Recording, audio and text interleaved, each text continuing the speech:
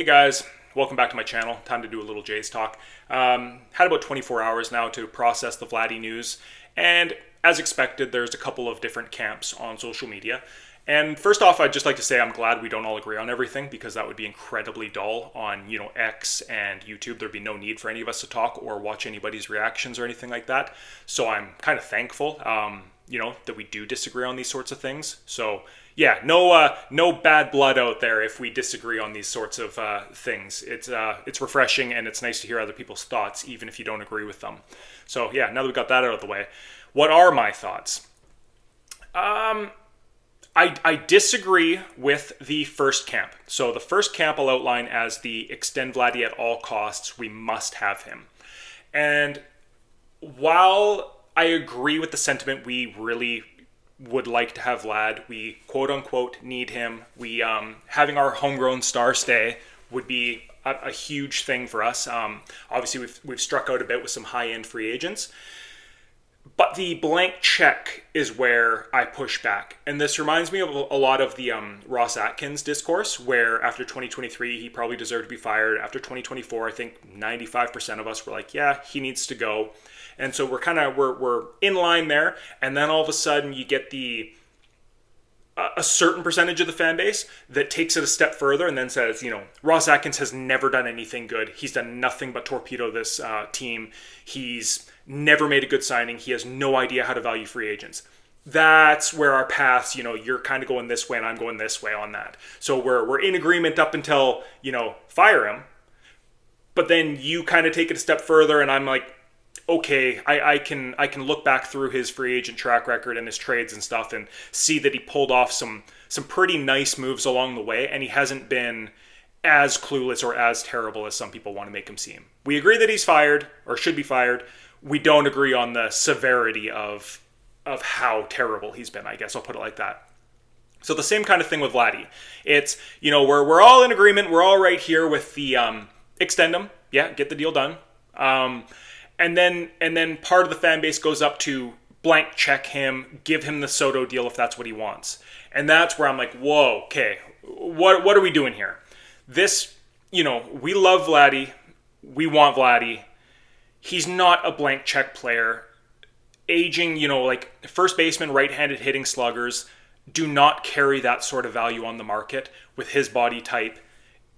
I'm not saying he doesn't deserve a massive contract. Yeah, he's going to get a ton of money. He's going to get a very huge contract. No doubt about it. But you're comparing him to Soto money and Ohtani money. And that to me is where it's nonsensical. Like it doesn't jive. And I hear, well, if we don't have him, we'll never win. Okay, but you want to fire the GM because we haven't won with Vladdy here either, and he's had a 100 batting average in 3 playoff series, or maybe 150. He hasn't had a single clutch, home run, double, anything. He literally has done nothing clutch in the playoffs in 3 different playoff series. Not that, it's a 6-game sample size. I'm not trying to hold that against him. I'm just highlighting that, he hasn't exactly been a world beater that's helped fuel us to any playoff wins or anything like that either. He hasn't been hindered by the management in that regard because he himself hasn't done anything. So don't take that as, Vladdy slander. I'm just trying to point that out. And yeah, when people say, well, nobody will want to sign here if he's not here. Players follow winning. At the end of the day, this all comes back to winning. I don't know how many of you remember the Carlos Delgado years or have looked back on his stats or just remember how dominant he was. Carlos Delgado was literally putting up 40-plus home runs, 130-plus RBIs fairly routinely. I actually think he did that 3 different times of over 40 home runs and over 130 RBIs. Now, Vladdy's a different hitter than Carlos Delgado. He hits for higher average and stuff like that. But, he's putting up 30 home runs, 90 RBIs, 30 home runs, or 28 home runs and 100 RBIs.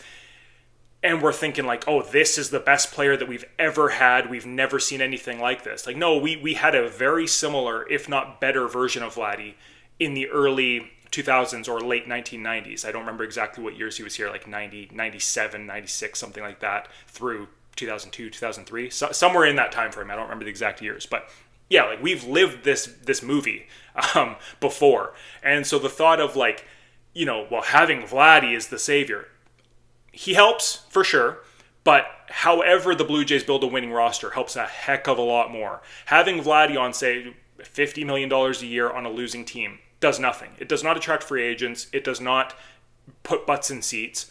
Winning does. So having Vlad on, a reasonable contract, like I say, he will be a top paid player in the game. I'm not saying, pay him a middling contract. No, he'll be in the top 5 or top 10 contracts in baseball for sure. Probably top 5. So I'm not talking about, lowballing the guy for $20 million a year or anything like that. It's just when you start comparing him to the Shohei Ohtanis and, the Aaron Judge and Juan Soto's of the world, the 8, 9, 10 WAR players, where we're dealing with a first baseman who's putting up, I think his WARs are 0.3, 0.3, 6, 1.3, 3.35, something like that. Like he's good. Don't get me wrong, he's very good. He's a borderline all-star even in his down years. He's still a borderline all-star in a bad season for him. But for 2023, for instance, he was 10th on the team in WAR. When was the last time, an Aaron Judge, a Juan Soto, a Francisco Lindor, a Shohei Ohtani were 10th on their own team in WAR? Like, they're top 10 every single season in all of baseball in WAR. It would never happen. It literally would not happen. So to give the blank check type argument, like, those are the types of players where you start having that conversation. And again, it sounds disrespectful on Vladdy, and I don't mean it that way because I love the guy and I want him to stay. But we need to kind of bring down what we're talking about here just a little bit. So yeah, that's been my main takeaway so far is we're all upset. We all want him extended. We all want to build a future with Vladdy here. We all want him locked up for 8 years, 10 years, whatever it is, at a reasonable value, because we don't want to go through the Delgado years again, where we have a pretty good borderline superstar first baseman and nothing else around him, and the team is an 81-81 team every year. Like, who wants to see that? And for those that say, well, I'm not going to watch if Vladdy isn't here, you'll watch if they're winning. That's just how it goes. You were talking about boycotting last year because the team sucked. Guess what? The team wasn't winning, so you weren't going to watch, with Vladdy there or not. The same thing will happen again. If we have Vladdy extended for 10 years and the team sucks, people will boycott. If the team's going to the playoffs, Munenori Kawasaki will be a fan favorite. Ryan Goings will be a fan favorite. Like, that's just how it works. The team is winning, the vibes are high, fans come back. The team loses, people don't watch. Vladdy or no Vladdy. So that's my thoughts on it. Let me know what you guys think. How are you feeling about this whole thing? Are you enjoying the discourse online? Let me know your thoughts below. Anyways, we'll talk to you guys later. Bye-bye.